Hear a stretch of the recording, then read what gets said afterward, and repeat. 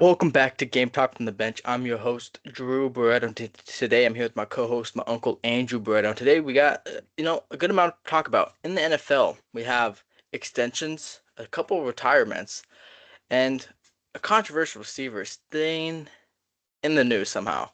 Um, in the NBA, we have the finals going on, and we got a series on our hands. We'll talk about games 1 through 3. In the MLB is our weekly MLB standings, as well as some MLB or news around the league. And finally, we'll end off in Formula One and talk about the Monaco Grand Prix. But starting us off, Russell Wilson, we all know the longtime Seattle Seahawks Super Bowl champ. He is officially retiring. The 37-year-old, he's stepping away, and he's joining CBS's Sports Sunday pregame show. Although he had offered to be a backup in 2026, he's decided to go into broadcasting. And after 14 seasons, he's calling it a career. After about 4,700 passing yards, 350 touchdowns, 114 INTs, 10 Pro Bowls, and a Super Bowl victory in the 2020 Walter Payton Man of the Year, Russell Wilson is done playing football. And guy grew up playing. Obviously, like I remember watching him win the Super Bowl. Also watching him throw the ball at the 1 yard line. Instead of running it with Marshawn. Not a Seahawks fan, but Russell Wilson was always a guy you could kind of root for. Underdog, battle, stay competitive, and yeah, the end of his career, right when he joined the Broncos, and then the Giants wasn't as good, but he's always gonna have a place in Seattle's heart. Yeah, if you look at, I'm looking at his stats here. People think you're good at something. Let's see what's going on here. Oh, sorry about that. I'm looking at his stats. I had a volume on my computer come on. I didn't know where it was coming from, but over damn near 47,000 yards. I mean, he was pretty consistent, I should say, being over 3,000 yards a year. Over 20 touchdowns for a good amount of time. I'm a little shocked by that. I mean, I know he played well. He played good. Obviously, Super Bowl, winning quarterback, and wow, yeah, the numbers are a little bit better than I thought. I guess it's like you only remember, well, at least for me right now, I only remember the ending, right? The Denver Broncos, the Steelers, and the Giants. That's what the latest stuff that he's done, which is not that great. Nothing there. But if you look at all his time in Seattle, I'm looking at 4,200 yards, 21 touchdowns, 3,900 yards, 34 touchdowns, 40 touchdowns in 2020. Wow. So I'm pretty impressed with his stats. I know a question that comes up is he a Hall of Famer? And looking at those stats, it looks like it's good enough to make it there. I know there's a waiting list there, for some Hall of Famers who are not in yet, but I guess he built a strong case there, being the Pro Bowl, Super Bowl winning quarterback. Yeah, no MVP, so that might create the conversation of if he gets in or not. But yeah, the Super Bowl definitely does help. He does have I think stats, good enough to, sneak his way in, but, only time will tell. He's got to wait, I believe it's It's, 5 years. it's not first ballot, that's for sure. I Yeah, don't think it's that's, first ballot kind of stuff. You can't put him in the same conversation as like Brady or even Mahomes. Once they're done, well, Tom Brady, I guess I think it is official. He is done now that he's working with the Raiders. But yeah, no, I'm pretty impressed. Looks like he had a good career, and now he's taking his career further and broadcasting games like a lot of these guys do. So yeah, happy for him, and yeah, just a nice career that he put together. yeah. But moving on from Russell Wilson, we're going to talk about the Packers and Christian Watson.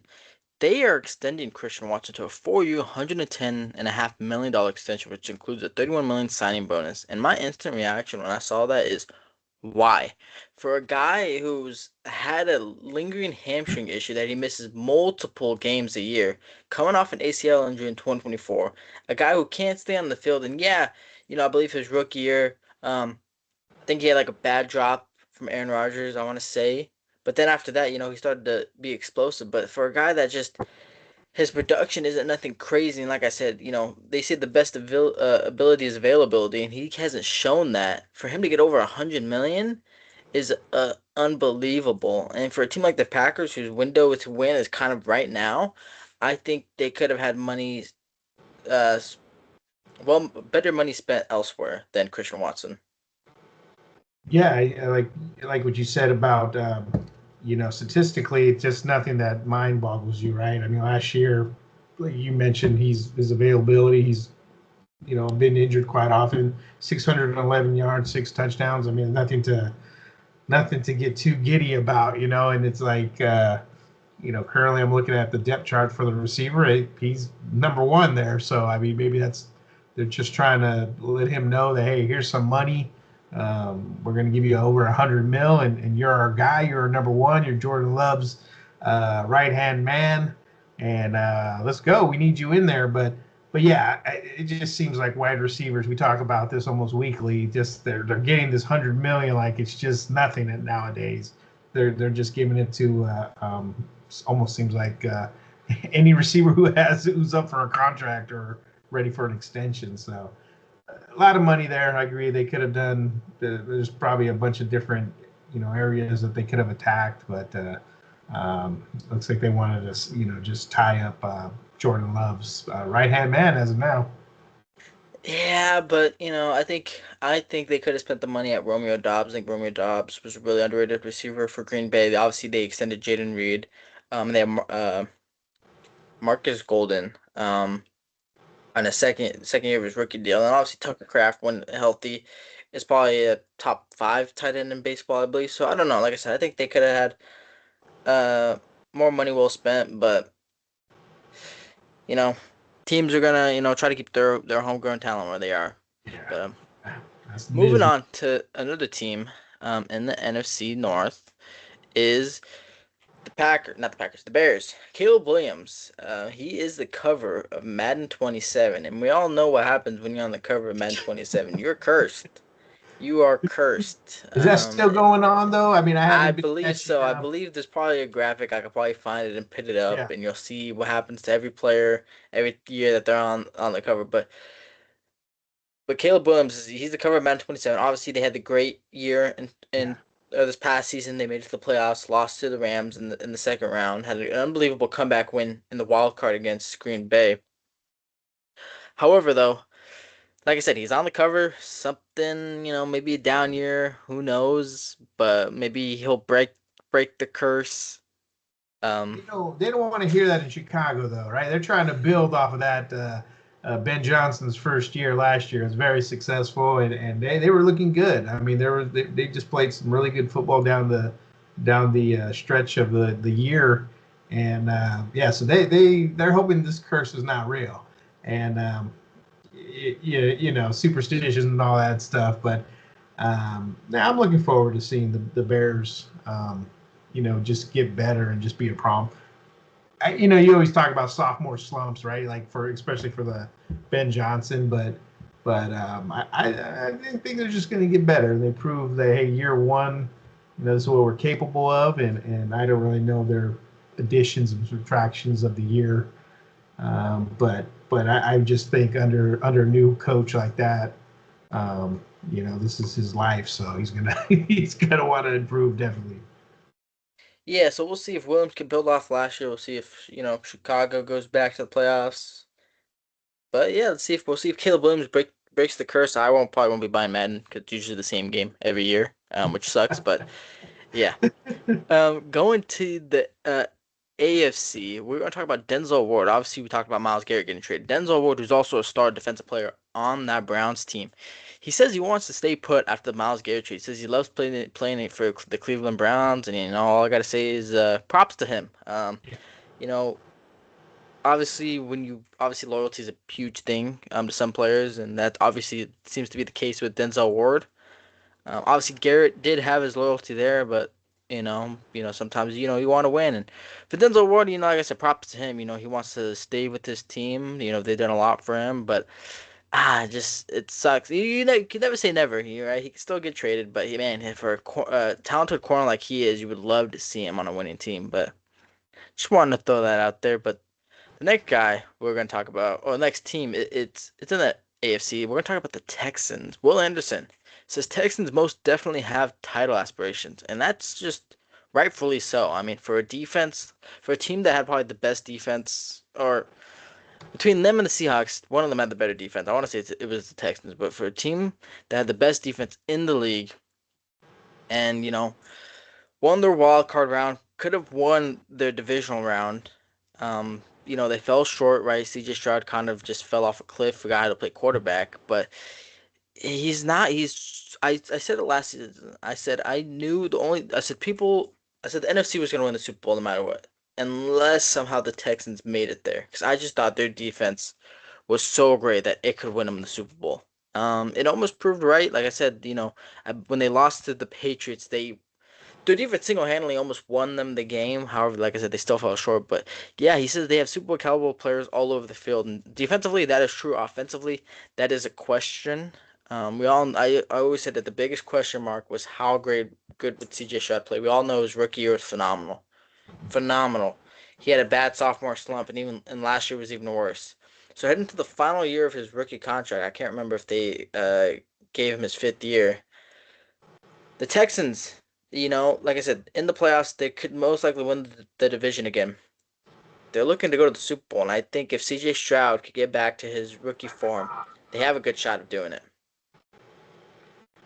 Yeah, and that's I'm pretty sure that's the hope and the goal for the Texans is to take again another team wanting to take that leap. They felt or they did have the best defense, like you said, and seemed like just some offensive plays short, they would have found themselves possibly in the Super Bowl. So we'll see if they end up taking a step back or taking that leap forward. Um, but but yeah, it doesn't look like they signed him yet. He's still um, waiting for a contract, just from what I see here. I don't know how updated that is, um, but yeah, he's their quarterback. They're not looking for anybody else. And he's the guy right now.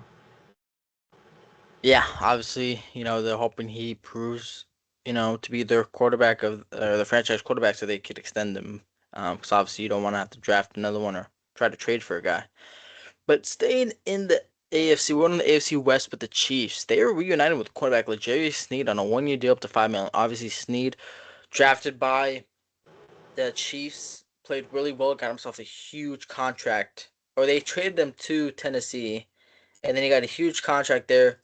I believe after 1 year, he didn't play, or 1 or 2 years. I believe after 2 years, didn't play so great, got released, and now he's reunited with his former team to hopefully get back to his all pro ways because he was phenomenal when he was at the Chiefs. And trust me, watching the Chiefs dominate the Raiders for the past, I don't know, 20 years, Yeah, and seeing him on the team, a you little you could tired. tell how talented he is when he was on that team. But I mean, over his final 3 seasons with the Chiefs, he logged 260 tackles, 33 passes defended, 7 INTs, 4.5 sacks, and 4 forced fumbles.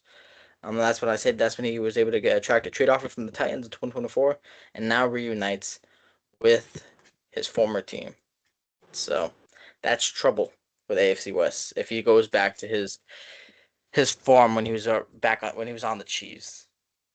Yeah, and Chiefs are loading up. They had an off year, they feel, and they're getting the usual suspects back healthy, and they're going to find themselves, being a good team. I don't expect anything less. Andy Reid, Patrick Mahomes, Travis Kelsey, those guys. They've just been winning ever since they've been there. Together on the team. So I would expect both sides of the ball to be competitive and to give the other teams in the West, the AFC West, problems. Yeah, it's just like you said, Chiefs had a down year. They did lose Trent McDuffie and Jalen Watson. Both of those players ended up going to the Rams. They did draft Mansour Delane in the draft they traded up, I believe, to the sixth overall pick to grab him. Get Snead back, so they're going cheaper money wise on the quarterback position, but we'll see if they get the same production from McDuffie and Watson. But going back to the Browns, 7-time Pro Bowler Joe Bitonio announces his retirement from the NFL after 12 seasons spent with the Cleveland Browns. He must have saw the Myles Garrett news and was like, "It's over." Nah, I'm just kidding. 12 years is a long time for the lineman. Lineman, you know, they go through a lot. Might not seem like it, but they have a really tough position. They're constantly getting the contact. They're constantly, using their arms and their legs. So after 12 years, I mean, he was phenomenal. He was 2 first-team All Pros, three-time second team. Now it's just adding to his Pro Bowls. He was one of the best pass blocking guards in the NFL for the majority of his career, and he was an excellent road grader. And so, yeah, great career for Bitonio. He was a second-round pick in 2014. In 2025, he passed Joe Thomas for the most starts in a Brown jersey since 1999, which was 178. So, long-time career with the Browns. Calls it a career, and Browns fans are most likely sad. In the past week, they've lost Myles Garrett and Joel Bitonio, but like I said, after 12 years lineman and staying with the same team and getting the awards he has, he deserves retirement.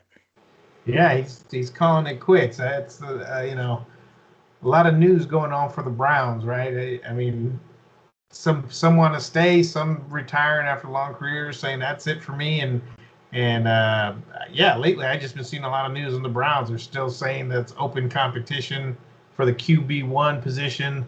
Which is they got a new coach, right? I believe they got a new coach. Yes, they have Todd Monken as their new coach, former Baltimore Ravens I offensive coordinator. was gonna say, forgive me, I don't really follow the Browns that much, but they've been Yeah, in the news, and I'm like, who are these guys? But I do know the quarterback situation, and I guess they're giving Deshaun Watson. This is his, the guy has 9 lives, and they're gonna try to, see if he can rekindle some magic there, and there's competition between him and Shadur Sanders, and maybe the other guy gets involved too. I forgot his name. I was Dylan gonna say Gabriel, yeah. Dylan Gabriel. Dylan So Gabriel just lost his number, so I don't know if his morale's all at an all-time high. he did. Yeah, he lost it when Jared Verse got traded, but All right. yeah. Jeez. But ending this off in the NFL, I brought it up earlier. Controversial wide receiver, keeps his name in the news, and that is Brandon Ayuk. We all know, if you haven't heard of Brandon Ayuk from the past 2 to 3 years, don't know what to say.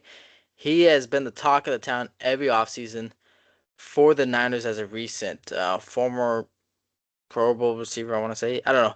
Former great receiver. He got himself a big extension. Got injured, tore his ACL, and since then he has been off the map.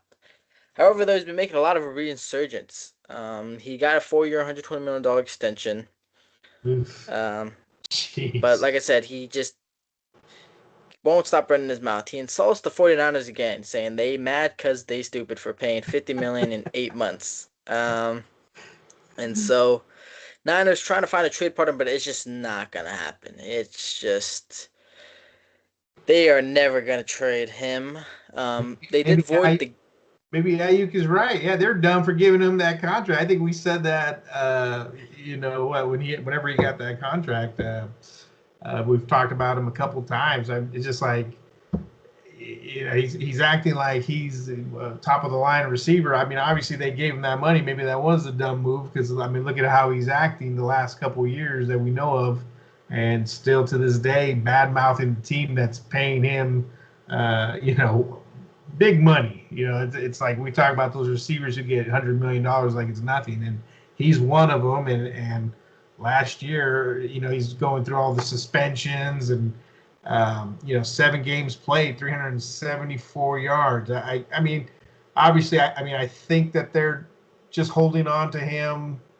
Like you said, maybe looking for a trade partner, but no one's jumping the gun, not with an attitude like that. They're just, and maybe they just hold on to him and have him sit and just don't play him at all. And that only hurts him as an individual, too. I mean, to not be playing professional ball for possibly a whole year if they end up just doing that. But just a pain situation. Niners moved on from him. They got Mike Evans, in free agency, and what a much better upgrade than what they currently with Brandon Ayuk. Yeah, it's just a shame things just never worked out. He was a really talented receiver for the Niners team. But now he's out of shape, dealing with speeding tickets and whatnot, and so Going things have by gone down.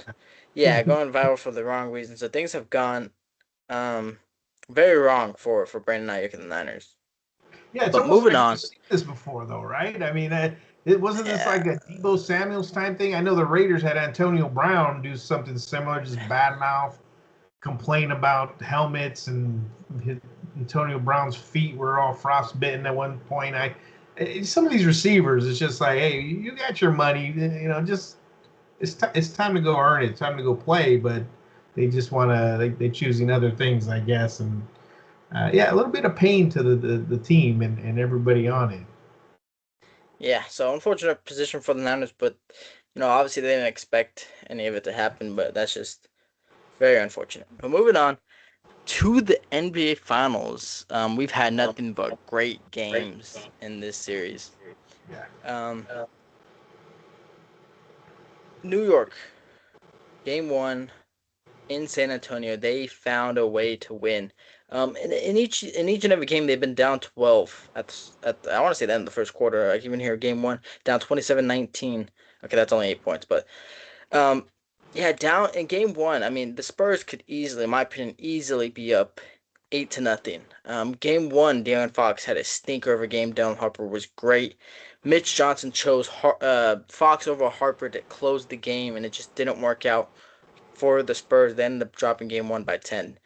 Game two, it came down to the final shot. Knicks had the lead. Spurs climbed back. Wemby, tough shot. Got a good look though, because obviously every look he gets is pretty good when you're 7-4.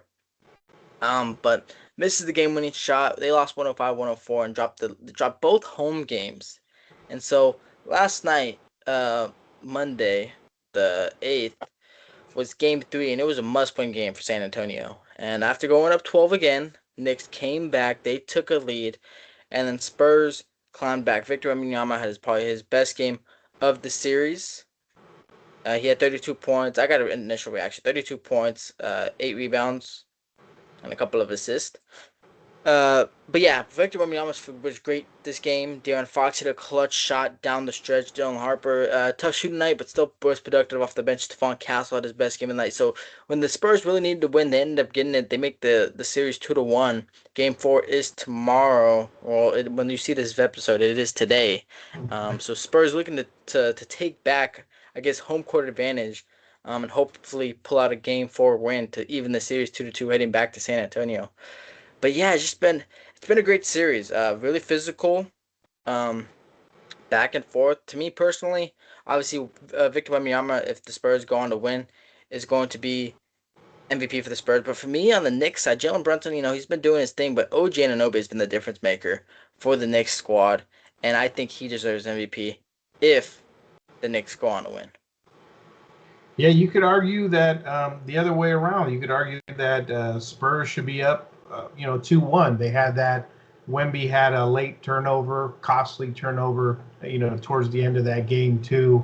They did have a chance. He had that good look at the end of the game. It didn't, it rimmed out kind of thing, and but they felt good, right? They were down and then they came storming back, and yeah, this series has just been great. Yeah, it's just back and forth. You have a 10, 12 point lead. It gets erased in minutes, and each team goes on their run. So that's what basketball is all about. It's just, especially in the finals here, these guys are going to be fighting. You said it's physical. You saw Wembanyama, big topic today is throwing Jalen Brunson to the floor, right? And, the you're in the. We talked about it before. I feel Wembanyama's got that. He's got that killer instinct in him. You know what I mean? Like he wants to. He's probably feels like he should win every single game when he goes out there and I know he wants to send a message out there to the Knicks fans. Send a message to his team like, hey, we're not going to be pushed around. Um, this is ours, and all that stuff that they whatever they do to try to pump up their teammates, and I had no problem with it. This is physical. You're in the finals now. It's winner, right? Winner takes all the accolades. So, yeah, it's just unfortunate for the Knicks. They did storm back, took the lead. Maybe they had a 7 point lead Yeah, at they had one. 7 point lead at half. Yeah. Yeah, they didn't. Ananobi's been great. Yeah, he had 28 last night. Brunson 32. A couple guys in the starters that were off was Mikal Bridges 2 points. Carl Anthony Towns had 11, 4 of 10 shooting. Josh He was Hart at his best game. Josh Hart had his best game. It's just funny how that works. Like, usually those two guys that we mentioned, Towns and Bridges, have the first two games they've played well, and now you just have an off night, and that's 4 point loss. That ends up being the difference there for the Knicks. But yeah, no, I like everything. See, Jordan Clarkson came off the bench too. He gave him 10. Jose Alvarado had an effective 12 minutes of play too. So no, I love the series, and I'm still sticking with even though it didn't look good in the beginning when Knicks were up 2-0, I'm still sticking with that Spurs pick. Yeah. But I mean, I really do like how the Knicks are playing. I mean, that place was loud yesterday. They had all the OGs there. Eli Manning was there. Um, they had Patrick Ewing, Larry Johnson, John Starks. It was pretty cool to see. And then they even have even more old school guys. The was it Walt Frazier? I've seen him in the background too. And the president was there. ODT, Donald Trump was there, and his suite had some bulletproof glass around it, just in case. Yeah, like you said, Madison Square Garden was pumped last Yeah. night. And and people might get upset, but I'm always going to talk about this guy because why not? He's just one of the greatest of all time. But I kept seeing things like imagine Steph Curry in these finals. Imagine a Curry flurry silencing that Madison Square Garden crowd. That would That's be big. cinema. But yeah, no, I like what you said. Wembanyama trying to send a message, right? We all saw they replayed the shove on Brunson. It was probably a flagrant foul to be completely honest. Shaq though, he loved it. He was like, you gotta get these little guys off of you. When you're the big man, you gotta get these little guys off you. And now another thing is, people are like, that should have been a flagrant. True, it was a foul on Brunson. He was holding on to Wemby. However, the Wembanyama has 2 out of 4 flagrant foul points. If he gets 2 more, he is suspended for a game. And in the finals, we've seen it happen. Draymond Green got suspended in 2016. Warriors ended up blowing the 3-1 lead. We won't talk about it too much. But I don't think Adam No. Silver in the league can afford Wembanyama getting suspended for a game. Now, obviously, if something crazy happens and Wemby does get, a flagrant foul, like something like absolutely crazy and obvious, like it's gonna happen. But I think the league is trying to prevent Wembanyama from getting suspended because, like I said, it's the finals. It's two teams that haven't been there in, some time. Yeah. And so, like I said, it's been a great series, and Silver knows it would be bad if Wembanyama gets suspended for a Yeah.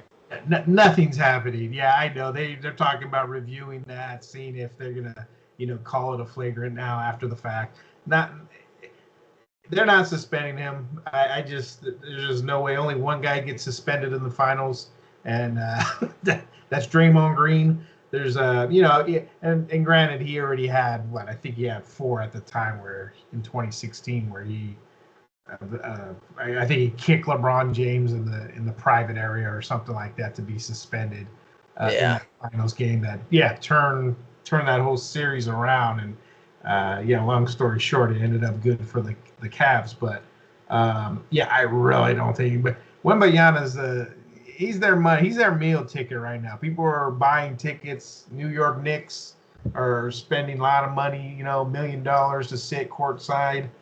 Yeah, I'd be shocked, if they would even do anything like that. But I don't think it comes to that. They didn't even see last night, so they're gonna. I'm sure there'll be some other instances where oops, we missed that. Sorry. Yeah, you also brought up, struggle games for Mikal Bridges and Karl Anthony Towns. And that was just an adjustment, I believe, by the Spurs. They didn't have Wembanyama guarding Cat. I believe they had Devin Vassell guarding Cat, and I believe Wembanyama was on I think he was on Josh Hart. And so different defensive scheme for the Spurs. I think threw off the Knicks. Mike Brown, obviously defensive-minded head coach. Knicks just didn't make the adjustment anywhere, and that kind of like didn't lose them the game, but that kind of cost them, right? Because they had a mixed match there. But we'll see how Game 4 looks. Should be a great one. We'll say today. But yeah, looking forward to it. Hopefully the Knicks could even up the series and head back to San Antonio with the tied 2-2 series. But yeah, it's been a great one nonetheless. Phenomenal games, no blowouts yet, so that's good. Um, and so we'll see how it is. Although the officiating for has been pretty solid. Last night's game was a little confusing when watching. Um, there was a lot of like contact, a lot of hard contact in the first half. They were letting them play, and in the second half, little itty bitty fouls were getting called, and so I was just like, I don't know. I don't know. Yeah, You guys could either call it all the same the whole game, or I don't know. But yeah, that was just a little bit iffy. it was But like make up your mind. Were you guys going to yeah, ref it like the beginning, or now do you want to start calling all these like lesser fouls, these ticky tack fouls? Yeah, make up your mind what you want to do there. I know that was a big topic as well. Mike Brown, was talking about the Knicks didn't have enough free throw opportunities, but yeah, maybe it had something to do with the different ways they were reffing the game last night. But yeah, we always you could talk about that every single game. Like, oh, that person yeah, shot. They were doing that with SGA, right? In OKC. He had 20 free throws himself, and the rest of the team had 10. So we could do that all day long. But the truth of that game is yeah, the Knicks just dropped opportunities and turned the ball over, and a couple other key guys didn't have that. But like you said, credit to the defense of the Spurs. But Karl Anthony Towns has a better game. It could be a different story. So we'll see. yeah. And for me, the Knicks can't be upset when they were storming back. I believe after the Spurs had a 7 point lead. I swear every possession I saw Karl Anthony Towns bear hugging Victor Wembanyama, and clear and obvious day fouls weren't called. Luckily, De'Aaron Fox did hit the quote unquote dagger. But yeah, so we'll see how they officiate game four. I mean, I'm all for letting them play, but there's also a fine line of too much contact. You're right. But moving on to the MLB, we have our weekly MLB standings. In the AL East, Rays still atop of the AL East. They're 39 and 25. However, the Yankees are right there. They are 40 and 26. And so those two teams fighting for first place. Obviously, season's still pretty young. It's I think maybe halfway there, but we'll see how that is. No, we're not halfway there. We're almost halfway there. In the AL Central, the Guardians they're continue to lead the division at 37 and 32, followed by the White Sox who are 34 and 31. And then the AL West, the Mariners take lead the division 35 and 32. Rangers are behind them at 32 and 33, and then the A's, who actually had their first series in Vegas, they're playing 6 games in Vegas this week. They are 31 and 35. They lost last night in the 12th inning. They lost 15 to 14 because moonshots were getting hit there.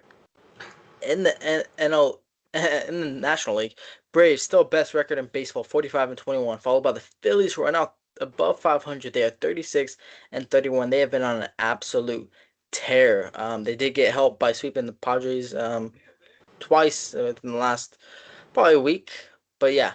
In the NL Central, Brewers 41 and 23, followed by the Cardinals, who are 36 and 28. The Reds are the worst team in that division. They are 31 and 34. And then in the NL West, Dodgers 42 and 24, rightfully so, followed by the Diamondbacks, who take second place over the Padres, who are 34 and 31. So that's your weekly MLB standings. Some news: Freddie Freeman becomes only active player with 2,500 hits. The future Hall of Famer continues to rake. Ronald Acuna exits with injury after trying to get leg out a chopper to third base. Um, Cal Raleigh, guys like Cal Raleigh and Tariq Skubal and Casey Mize, they're rehabbing to get back to the major leagues. Brewers, a number 5 prospect. What's his name? Oh my goodness, he's a switching prospect. Uh, Laura. Luis Lara, there we go. Agreed to a 5 year, or seven, no, my bad. They agreed to a 7 year contract. The 21-year-old gets a payday, and this is, I believe, becoming a new trend. We saw it with the Mariners before the season. They extended Colt Emerson before he ever took a major league at bat. Obviously, he's up in the leagues now. He's playing pretty solid for the M's. But yeah, I guess teams now are just extending these, and the A's have done it, but their players have hit, have been in the league. But yeah, a lot of teams are extending these prospects, and to, I think I forget the reason. I don't know the whole thing with arbitration and how the free agency and MLB works, but I think it's to keep them longer at cheaper, if I'm not mistaken. So we'll Okay. see how that goes. I believe I talked about it either last week or the week before, but Christopher Sanchez, he had an historic scoreless innings streak. That ended versus the Padres, though. Um, his shutout streak, he extended it into the seventh inning at 50 and two-thirds innings. However, the Padres did score when Jackson Merrill poked a two-out RBI single to left field that drove in Ty France, who doubled down the line uh, previously. And so his streak ended, but he got a big standing ovation from the crowd in Philly. And yeah, just, that was historical. Well, it's a historic, like I said, historic scoreless streak. Didn't catch Oral Hershiser. Said not right this time. There you go. During my uh, time, that's the '80s yeah, right there. yeah. So his 59 scoreless streak and Don Drysdale at 58 innings are still up top, but Christopher Sanchez, like I said, his history nonetheless. Um, but that is that for MLB. Nothing crazy going on. But to end us off in Formula One, we had the Monaco Grand Prix, and usually Monaco is a pretty boring race. This year was pretty hectic. Obviously, all eyes on qualifying when Kimi Antonelli took pole position, followed by Max Verstappen. Lewis Hamilton was P3, and then Charles Leclerc, the hometown kid, was P4 after chasing pole. He ended up hitting the wall, and so he stayed at P4. However, the race right off the bat was crazy. Max Verstappen had to retire at the start of the race. His engine just didn't work. Um, lot of 5 second time penalties for speeding in the pit lane. That was due to, I believe, the sensors in the pit lane or the line of the pit lane being off, so it caused a lot of cars to get 5 second penalties. Lance Stroll crashed due to his car and the road or the track, part of the track was messed up. He hit the wall. And then the hometown kid, Charles Leclerc, he ended up crashing in the same spot after hitting that same part of the track and his brakes failing on him. And so that was just devastating for him. Kimi Antonelli won his fifth Grand Prix in a row. He extends his lead in the championship to, I believe, 66 points. Lewis Hamilton is now second in the championship at 90 points. He was P2. And Isaac Hadjar gets his first podium with Red Bull. And it was just unique scores. Fernando Alonso in the Aston Martin got P10. He scored the first point for Aston Martin this season, and so crazy race, really interesting. We have another. It is race week though this week in Barcelona is the Barcelona Grand Prix. So that should be a fun one as well. But that is all for today. Thank you all for tuning in. I'd like to thank my co-host, my uncle, for joining me today. Episodes every Wednesday. Maybe next week. Actually, next week might not be on Wednesday. I believe, busy on Tuesday, so that episode will probably come out Thursday. Yeah. However, I get a lot of posts out on Instagram and TikTok. Like I said, episodes out on YouTube and Spotify. You get my post game reactions. I've gotten a lot of post game reactions out on the NBA Finals. You get my instant thoughts after watching the games. I got one out after watching the Monaco Grand Prix. So be on the lookout for those. We're almost at 10,000 likes on TikTok. So that's pretty cool. But once again, thank you all for tuning in, and until next time, stay ready.